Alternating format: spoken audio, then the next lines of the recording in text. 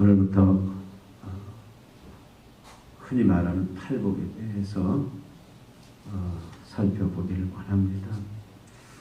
예수님은 이 마태복음 5장부터 7장에 걸쳐서 완성된 율법을 하나님의 백성들에게 가르칩니다. 우리가 보통 5장부터 7장을 산상수훈, 산상보훈 그런 표현을 쓰죠. 산위에서 가르친 이제 말씀이다.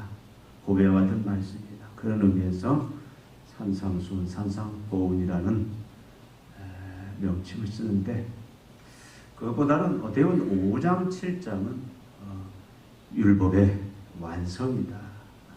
완전한 하나님 나라의 삶의 규범들, 하나님 나라의 법칙들을 예수님께서 선포하고 계시는 말씀입니다.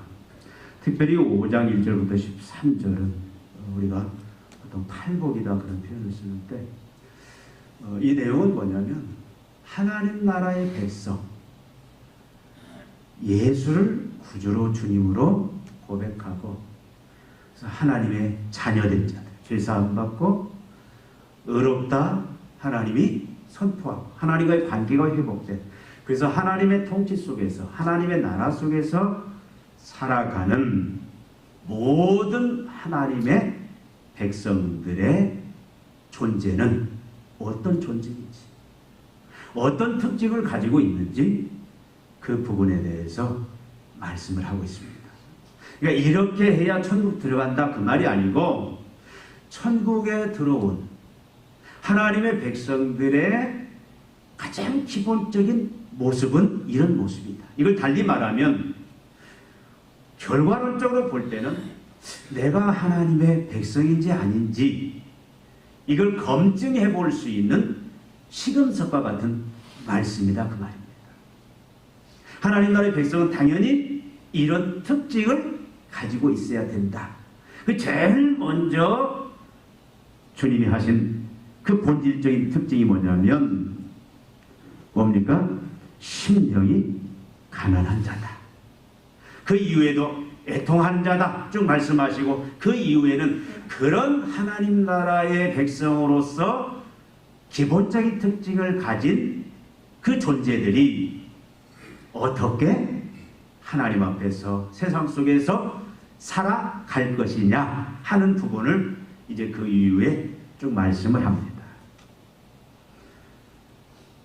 오늘 말씀은 하나님 나라의 백성은 이런 사람이구나. 여러분, 이 부분이 굉장히 중요한 말씀이에요. 심령이 가난한 자는 복이 있다. 저가 천국이 그들의 것입니다. 이거는 가장 복된 자. 이 복은 그냥 시시한 복이 아닙니다. 이 복의 의미는 뭐냐면, 이 복은 특별히 신적인, 신이 하나님이 누리고 있는 그 완전함들을 말하는 복이에요. 이걸 보통 우리가 뭐라고 표현하냐면 영생이다 그런 표현을 써요. 여러분, 영생은 전에 계속 제가 말씀드렸죠. 영생이라는 것은 하나님의 그 신적 충만함에 우리가 참여하는 것이다. 신적 부유함에 참여하는 것이다. 하나님의 생명이 그 생명 속에 내가 들어가는 거죠. 그 모든 것을 내가 누리는 것. 이것을 우리가 영광을 누린다. 상속자로서 하나님의 모든 지혜, 능력, 사랑, 하나님 모든 속성들, 하나님의 것들을 내 것처럼 누리는 그 상태. 그러니까 완전함과 풍성함 속에 참여하는 절대적인 거예요. 어떤 영향을 받지 않고 이 세상 속에서 우리가 현실적으로 부족하거나 연약하거나 상관없이 절대적으로 그 하나님의 그 생명, 그 부요함, 그 풍성함에, 완전함에 참여하는, 그것을 누리는 것을 복이 있다. 그런 표현을 쓰고 있어요. 어떤 자가? 심령이 가난한 자가. 심령이 가난한 자만이, 이 복을 누리고 심령이 가난한 자만이 천국에 들어갈 수 있다. 우리가 천국은 심령이 가난하지 않고는 들어갈 수 없고, 천국에 속한 천국의 그 하나님의 자녀들은 다 어떤 자들이에요? 심령이 가난한 자다, 그 말이에요. 여러분, 심령이 가난하다는 의미는 뭘 의미합니까? 누가복음 6장 20절에도 이걸 아주 간략하게 표현하는데, 거기는 가난한 자가 복이 있다, 그런 표현을 쓰고 있어요. 그래서 사람들이 그 말씀 때문에 이 심령이 가난함을 그냥 물질적인 가난함으로 그냥 두리뭉실하게 해석하는 경우가 많습니다. 그래서 과거 특히 이 캐톨릭 천주교에서는 이런 식으로 신학자들은 많이 번역을 했어요. 하나님 나라의 백성은, 구원받은 하나님의 백성은, 장차 저 새하늘과 새 땅에 참여할 하나님의 백성들은 어떤 사람이냐? 이 세상에서 가난한 자들이다. 물론 이 말을 포함할 수도 있지만 여기서는 분명히 말합니다. 가난한 자만 천국 들어가요? 아니에요. 여기 심령이 가난하다고 했어요. 심령이. 이 심령이 가난하다는 말은 무슨 말입니까? 영적인 가난을 말하고 있는 거예요. 영적 가난. 이 영적 가난이라는 건 다른 게 아니고, 하나님에 대한, 하나님의 존재 앞에서, 또 그 하나님이라는 것은 하나님의 진리, 말씀, 그 안에서, 그 말씀 앞에서 갖는 자세를 말합니다. 이 영적 가난함이라는 것은 내가 하나님 앞에서 내 자신을 바라봤을 때에 느끼는 자기 반응. 사람 앞에서가 아니에요. 세상 앞에서가 아닙니다. 여기 가난하다는 이야기는 상대적인 가난이 아니라 절대적인 가난을 말합니다. 이거 어떤 비교가 아니에요. 여러분, 상대적인 가난은, 자, 매월 전세 들어갈 수가 없어서 월세 사는 사람 뭐 누구보다 가난해요? 전세 사는 사람보다 가난해요. 전세 사는 사람도 누구보다 가난해요? 자기 집을 가지고 있는 사람보다 가난해요. 자기 집을 가지고 있는 사람들도 비교를 해요. 25평이 사냐? 32평이 사냐? 40평이 사냐? 네.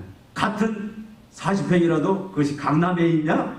하남에 있냐? 양평에 있냐에 따라서 이 가난이라는 것은 상대적으로, 바뀌어져버리는 거예요. 여기서 지금 심령이 가난한 일은 그런 상대적인, 비교적인 가난을 말하는 게 아니라 절대적인 가난을 말하고 있습니다. 이건 뭘로 하냐면, 여기 가난이라는 것은 뭐냐면, 여러분, 이제 사업을 하다가 부도가 나면 파산 선고를 하잖아요. 결국 파산이라는 건 뭡니까? 다시는 재개할 수 없는 마지막 단계예요. 그러니까 여기 영적으로 심령이 가난하다는 얘기, 가난의 의미는 완전히 영적으로 파산되었다는 거예요. 파산되었어요. 재기 불가입니다. 그러니까 망했는데 다시 어떤 재개 가능성이 아니라 망하도 폭삭 망했다, 그런 의미입니다. 빈털터리가 되었는데 아무것도 없는 그런 빈털터리가 되었다, 그런 의미. 거지 중에 산거지. 남의 것을 빌어먹어 살 수밖에 없는 그런 상태, 이런 가난을 말하고 있습니다. 그러니까 자기 자신에게는 더 이상 기대하고 바랄 것이 없어요. 이것을 다른 표현하면 전적 무능 상태에 떨어진 거예요. 전적으로 무기력한 상태에 빠진 것을 가난이다, 이렇게 표현하고 있는데, 그것은 하나님 앞에서, 말씀 앞에서, 자기는 사람들과의 관계 속에서는 그래도 나는 참 도덕적으로 바른 삶을 살고 있구나. 내가 저 사람보다는 의롭지. 그래도 나의 의는 나는 그래도 착하고 바르게 살았어. 이 정도면 내가 굉장히 도덕적인 삶을 살았다. 이런 평가 속에 있던 사람이 하나님 앞에서 자기 자신을 바라보니까 이건 완전 그런 평가를 낼 수가 없는 거예요. 이사야가 하나님의 그 천상어전회의에 불려 올라갑니다. 이사야서 6장이고요. 근데 거기서 이사야가 그 하나님의 영광의 그 거룩함 앞에서 자기 자신이 한 고백이 뭡니까? 자기도 모르는 사이에 나는 망하였도다. 그 말은 무슨 말이에요? 하나님의 거룩함 앞에 그 앞에 자기의 모든 의는 누더기의 죄투성인 것을 비로소 보게 되는 거예요. 나는 죄인이로서 그 말이에요. 죄는 하나님 앞에서 용납이 안 됩니다. 하나님은 죄를 보면 바로 공격하시는 하나님이거든요. 그러니까 나는 이제 죽게 되었구나. 나는 죄인이구나. 여러분 사도 바울이 디모데후서 1장 15절에 뭐라고 표현합니까? 나는 죄인 중에 괴수로다 그런 표현을 써요. 그러니까 하나님 앞이에요. 하나님 존전에서 거룩하신 의로우신 하나님 앞에서 내 자신을 바라볼 때에 내 자신을 평가할 때에 이 내가 쌓았던 의는 내가 쌓았던 선은 다 누더기고 이건 보잘것없는 무가치한 의다라는 것을 깨닫습니다. 그래서 하나님 앞에 나는 영적으로 소망이 없는 자입니다. 이런 표현. 사도 바울이 로마서 7장 24절에 표현하죠. 오호라 나는 곤고한 사람이로다. 이 사망에서 누가 나를 건져내랴. 곤고하다는 얘기는 뭐예요? 절망적이다. 희망이 없다. 이제 끝이다. 그런 이 영적 가난의 상태를 말하고 있는 거예요. 여러분 사도 바울이 하나님 앞에서 말씀 앞에서 진정한 그 영적인 진정한 그 믿음의 상태에 있기 전에는 바리새인들처럼 사도 바울은 어땠어요? 자기는 의로운 사람이라고 생각했어요. 자기는 완전한 사람이라고 생각했습니다. 근데 이제 영적 가난에 그가 은혜를 입고 나서 보니까 뭐예요?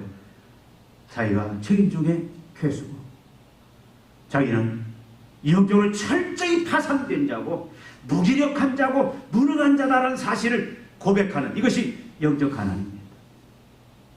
하나님의 말씀 앞에 자기 자신을 바라보니까 우리가 세상 법은 그래도 웬만큼 잘 지켰다고 생각해.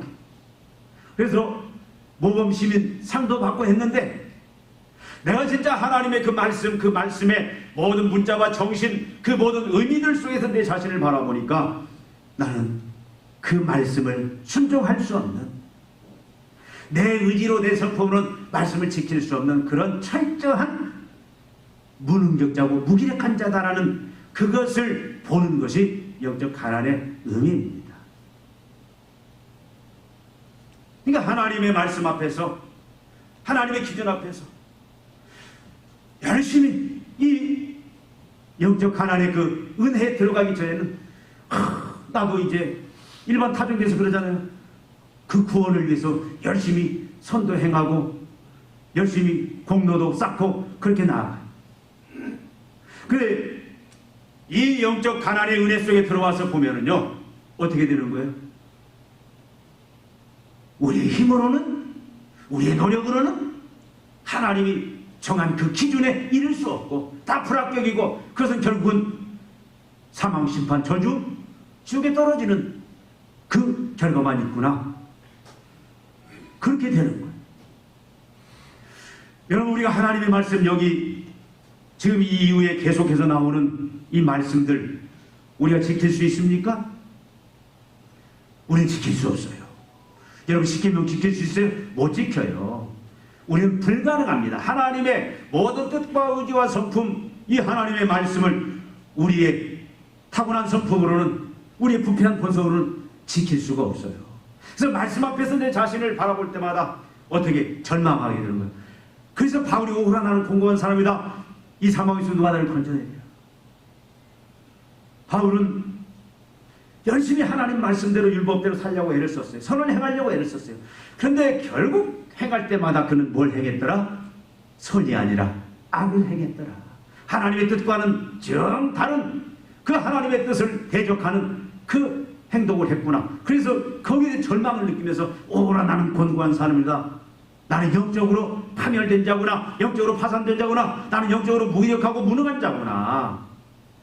하나님 앞에 우린 나아갈 수도 없고 하나님 앞에 설 수도 없고 그 하나님의 구원의 그 조건에 들 수도 없고 하나님의 말씀에 우리는 단 1% 순종할 수 없는 그런 무능한 자, 무기력한 자, 죄인이었구나. 이것이 영적 가난의 그런 의미입니다.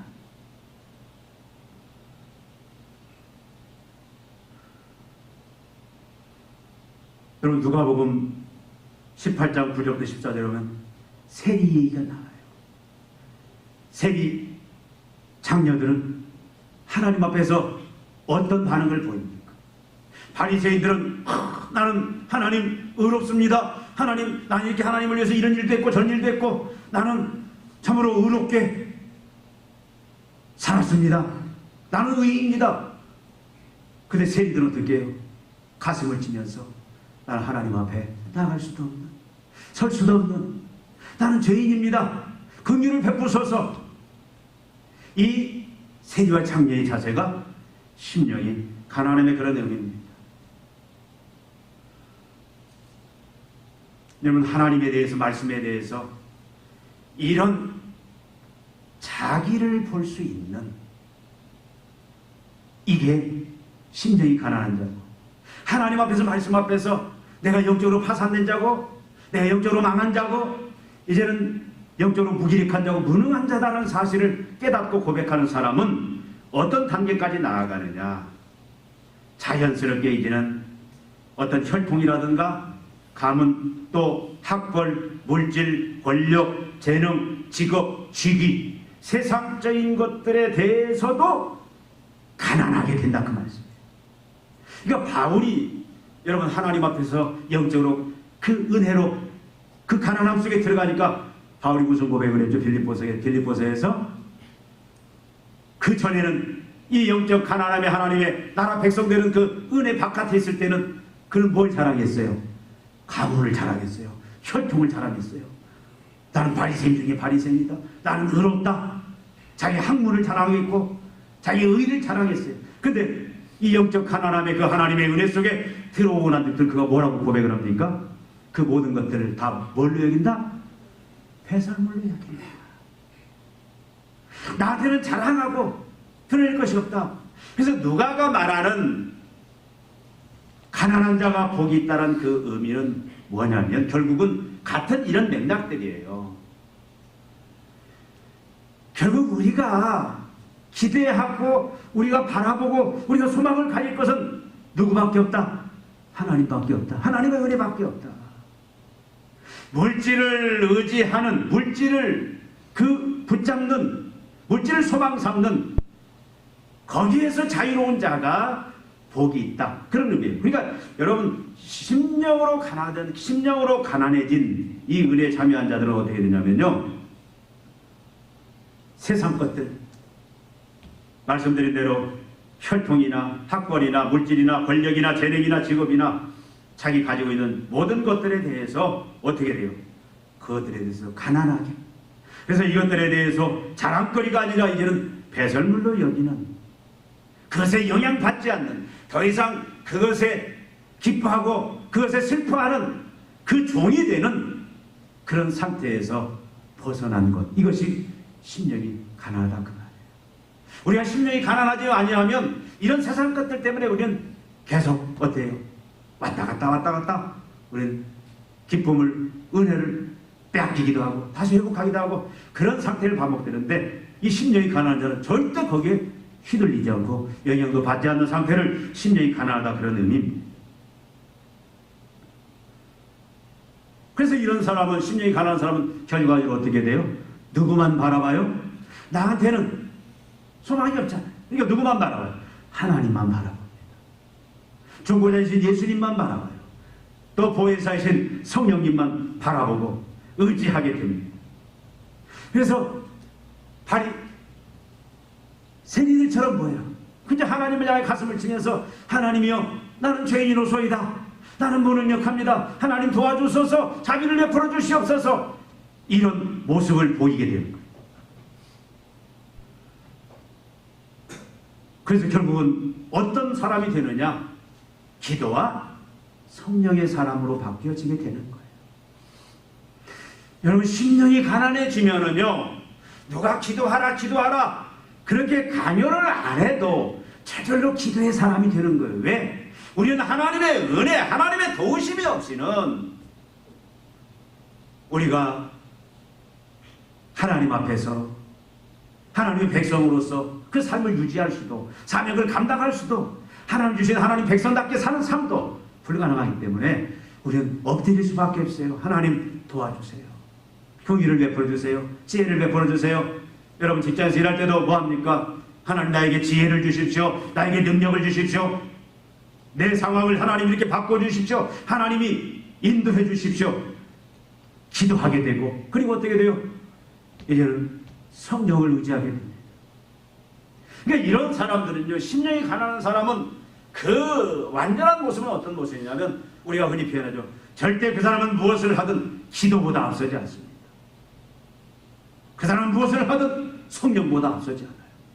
반드시 성령의 인도함을 구하고, 성령의 능력을 구하고, 하나님의 인도함을 구하고, 하나님의 능력을 구하는 이런 상태까지 나아가는 그 모습이 심령이 가난한 모습이 된다 그 말씀입니다. 여러분, 예수님께서 지금 중요한, 어떻게 보면 마태오 5장부터 7장은 굉장히 핵심적인 말씀이에요. 중요한 말씀이에요. 근데 그 하나님 나라의 그 귀한 율법의 그 완성의 말씀을 선포하면서 왜 이 말씀을 제일 앞에 두었냐? 심령이 가난한 자 복이 있다. 여러분, 다른 말을 먼저 할 수도 있잖아요. 우리 인간적인 관점으로 볼 때는 온유한 자가 복이 있다.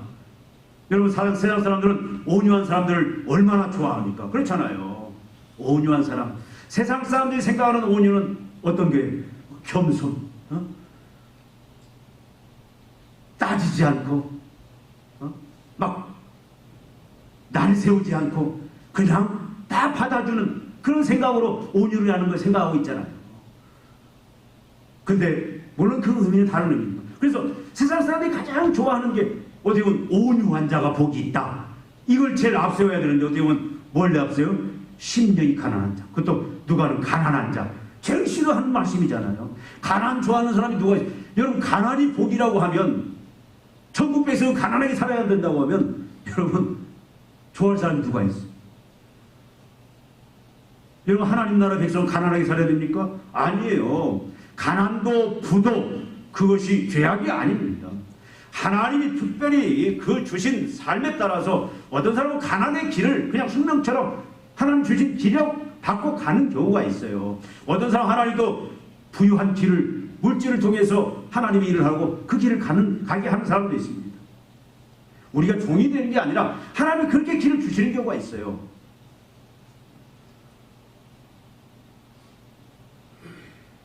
아마 사람들은 가난한 자가 복이 있다. 그러면 교회 나와요, 안 나와요? 안 나와.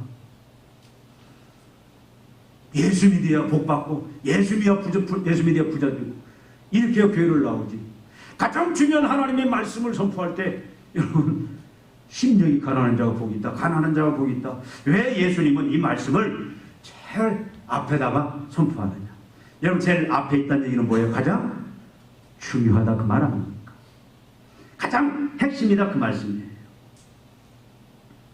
여러분, 왜 예수님께서 하나님 나라의 백성은 이런 자다, 하나님 나라의 백성은 영적으로 가난한 자다, 하나님 앞에서 말씀 앞에서 영적으로 파산된 것을 알고, 나는 하나님 앞에서 무능력자고 무기력한 자고, 내가 하나님의 기준에 이를 수도 없고, 내가 하나님이 정하신 그 구원의 기준에 이를 수도 없고, 하나님이 정하신 삶을 나는 살 수도 없는 그런 완전 무자격자고 무능력자다, 그런 고백을 하는 것이 하나님의 백성의 가장 본질적인 특징이다라고 왜 예수님이 말씀하시냐 그 말이에요.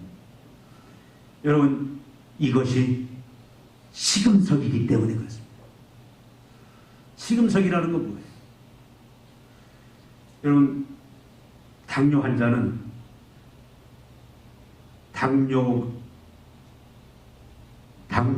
환자인지 아닌지 뭘로 알아낼 수 있어요?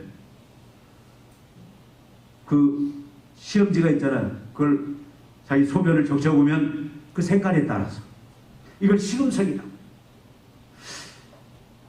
하나님의 백성인지 하나님의 자녀인지 천국에 속해 있는지, 그것을 이 사람이 가짜인지 이 사람이 진짜인지 그것을 정확하게 분별할 수 있는 게 뭐냐면 이 심령이 가난하다라는 말씀이기 때문에 이것을 제일 먼저 알아요.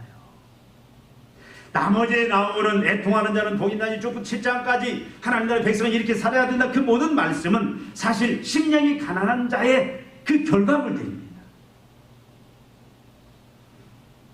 여러분, 우리가 하나님의 구원받은 백성이라면 우리는 이 고백이 자연스러워야 돼요.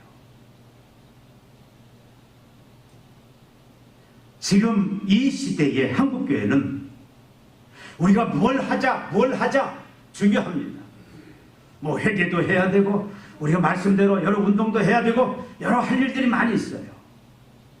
정치, 경제, 사회, 문화, 지난주 말씀드린 것처럼 우리가 이제는 하나님이 원하시는 그런 이제 집을 세워가야 하는 그런 일들을 우리가 해야 돼요. 우리 교회가 할 일이 많이 있습니다. 뭐 구제도 해야 하고 전도도 해야 되고 많은 이 말씀 이후에 나오는 7장까지 나오는 그 여러 가지 그 명령들 또 그 사명들을 우리가 감당해 나가요. 그런데 여러분,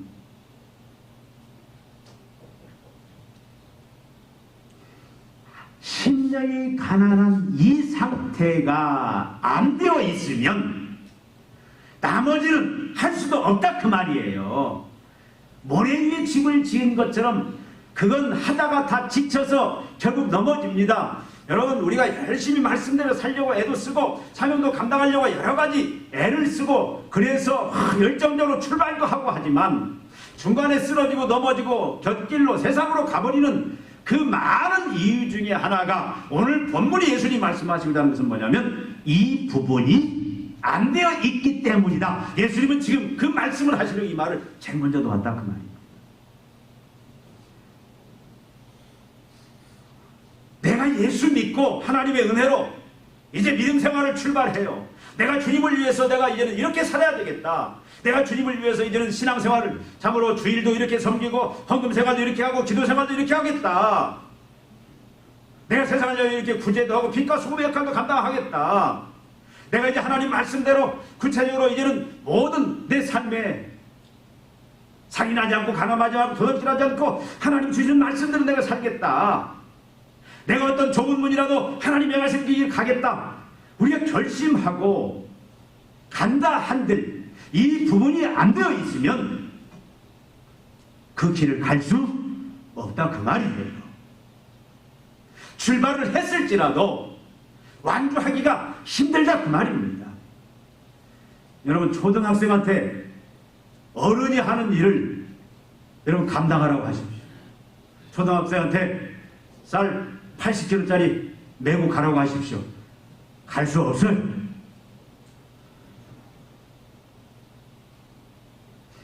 이 부분이 돼야 모든 신앙은 여기서부터 출발합니다. 심령이 가난함부터 출발합니다. 이게 없이 출발하면 다 넘어져요. 열심히 예배를 드리고 기도도 한다고 나름대로 열심히 믿음 생활을 한다고 하더라도 완주하기도 힘들고 설사 이 부분이 안 돼 있으면 주님이 나중에 무슨 말 할지 모릅니다. 나는 너를 모른다. 내가 했던 모든 것이 다 우리가 주여 주여 뭐 여러 가지 주님을 위해서 주님 말씀대로 했지만 나는 너를 모른다. 네가 나를 위해서 한 것이 아니다.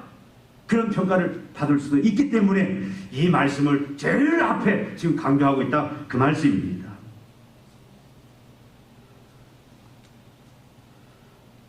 오늘 우리가 한번 이 말씀에 대해서 내가 과연 심령이 가난한 이 부분을 여러분이 한번 심각하게 오늘 생각을 해봐야 돼요.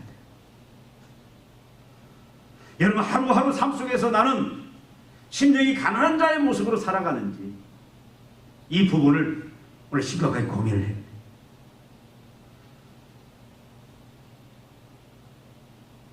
교인이 물론 몇천 명, 몇만 명 되면 좋겠죠. 그러나 그 많은 교인들 중에서도 심령이 가난한 자의 이 본질적인 이 시금석에서 다 걸려진다면, 다 넘어진다면, 이 기준에 다 무자격자라면 그 심각한 일. 한국교회 1000만 성도가 있다 할지라도 이 시금석에서 걸려 넘어지면, 심령이 가난한 자로서 하나님 앞에 그렇게 바로 서 있지 아니하면, 여러분 1000만이면 대단한 숫자 아닙니까? 여러분 과거에 국회 3분의 2가 장로님이었어요. 국회의원들이. 지금 얼마인지 모르겠어요. 그러나 심령이 가난한 자가 그런 그 자격과 그 모습으로 바로 서 있는 자가 아니면 3분의 2들 아무 의미가 없다 그 말이에요. 국가의 수장, 대통령이 장로라 할지라도 심령이 가난한 모습으로 그렇게 바로 하나님 앞에 자기 자신이 그렇게 고백을 하고 그렇게 서 있지 않냐면 아무 의미 없다고 그 말이에요. 여러분 1000만이면 엄청난 숫자입니다. 800만, 지금 800만 안 돼요. 근데 대단한 숫자. 6만여 교회가 있습니다. 13만 목회자들이 있어요. 적은 숫자가 아니에요. 우리가 어디에서부터 출발하냐? 전에도 말씀드렸죠. 개혁해야 된다. 개혁은 다른 게 아니에요. 말씀으로 돌아가자라는 거예요. 말씀의 본질이 뭡니까? 주님이 가장 우리에게 지금 강조하는 거 뭐냐면 심령이 가난함부터 출발해야 된다 그 말입니다.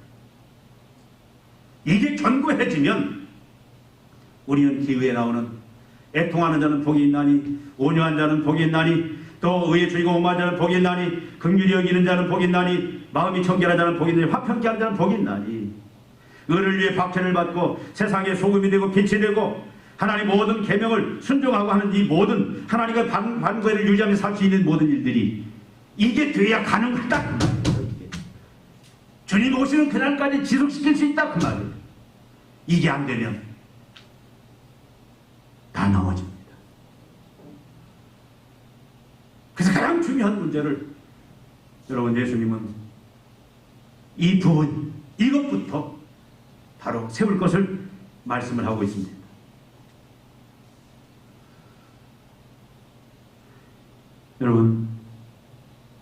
여러분 지금 어떻습니까?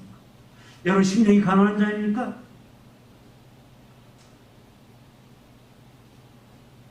하나님 앞에서 날마다 자기 자신을 바라봐라 그 말이에요. 사람들 보지 말고 날마다 66권 말씀 앞에서 자기 자신을 비춰보라 그 말이에요. 하나님 앞에서 내 자신을 바라볼 때 우리는 어떤 존재입니까? 그러니까 예수의 은혜로 하나님의 은혜로 하나님의 자녀가 되었지만 원래 우리는 어떤 자였어요? 탕자와 같은 자였습니다. 주려 죽게 되었구나. 소망이 없는 절망의 그런 인생들이었어요. 근데 우리가 어떻게 이 의의 심령이 가난한 자가 되었습니까?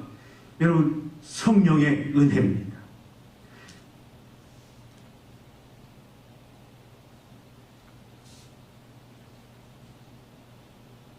요한복음 16장에 보니까 보혜사 성령이 오시면 무슨 일을 하신다?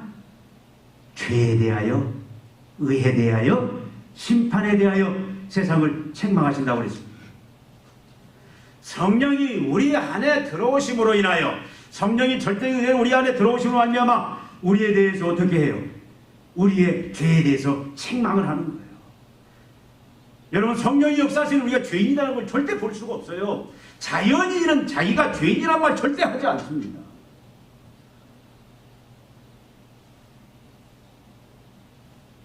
지금 저희 교회 시찰 때문에 어떤 이단성 있는 문제 때문에 그 목사님 계속 만나고 하면서 느낀 게 우리가 한번 악한 영에 사단의 영에 한번 붙잡히면요 절대 죄를 죄라고 이야기하지 않습니다. 성령이 우리 안에 역사할 때 성령이 강권적으로 은혜로 우리 안에 역사할 때 우리는 비로소 내가 죄인으로서이다 그걸 보게 되는 거예요. 그러니까 예수 믿는 사람들은 제일 먼저 하나님 앞에서 말씀하셔서 고백해보면 나는 죄인으로서이다. 베드로가 뭐라고 합니까? 나를 떠나소서, 나는 감당할 수 없는 죄인이다. 그런 말씀을, 여러분, 성령의 역사로 인하여 우리는 심령이 가난하게 된 거예요. 성령이 내가 안에서 죄를 지적하니까. 내가 예수 믿기 전에는 그래도 조금 잘난 줄 알았어요. 다른 사람보다 나은 줄 알았어요. 바울이 그랬잖아요. 근데 성령이 그 안에서 죄를 지적하니까 나는 죄인이로소이다. 나는 영적으로 파산된 자입니다. 하나님, 나는 무능한 자입니다. 나는 말씀에 단일편 순종할 수 없는 그런 무기력하고 무능한 자입니다. 그 고백이 가능하다는 거예요. 의에 대하여 책망. 의라는 건 뭘 말합니까? 궁극적으로는 거룩을 의미하지만 하나님과의 바른 관계. 바울은 하나님과 바른 관계에 있다고 생각했어요. 근데 성령이 의에 대해서 책망하니까 자기는 하나님을 위한다고 했는데 그것이 하나님을 대적하는 결과였어요. 하나님과의 바른 관계 속에 들어갈 수 있는 것은 누구의 역할이냐면 성령의 역할이에요. 그때 비로소 우리는 하나님과의 바른 관계 속에서 내가 하나님의 백성으로서 어떤 것이 바른 관계인지 바른 모습인지 그것을 보게 되고 심판에 대해서 성령이 책망을 하니까 여러분, 지옥이 얼마나 무섭습니까? 심판이 얼마나 무섭습니까? 우리가 전도하면 어떤 사람은 그래요. 예수 안 믿으면 하나님과의 관계 회복하지 아니하면 예수 그리스도의 보혈을 통해서 참으로 용서받고 구원받고 하나님과 관계 회복되지 않으면 당신 지옥 갑니다 하면 뭐라 그래요? 웃으면서 그래 나 지옥 간다 웃으면서 모르니까. 근데 성령이 우리 안에서 은혜로 역사하시면 그 사람은 뭐 하게 되는 거예요? 죄에 대해서 의에 대해서 심판에서 책망을 받게 돼요. 그래서 어떻게 돼요? 그 영혼이 확 바뀌어지는 거예요. 교만이 확 꺾여지는 거예요. 어떻게 꺾여집니까? 그것이 사람마다 정도의 차이는 있지만 어떻게 되는 거예요? 하나님 앞에 내가 무릎 꿇게 되고 내가 죄인으로서 나는 영적으로 파산된 자입니다. 나는 완전 영적 빈털털입니다. 나는 영적으로 무능력한 자입니다. 나는 영적으로 무익한 자입니다. 그 비로소 고백을 하게 되고 이제 뒤에 나오는 애통과 온유와 그 모든 결과들이 자연스럽게 이 성경 역사를 통해 따라온다 그 말입니다.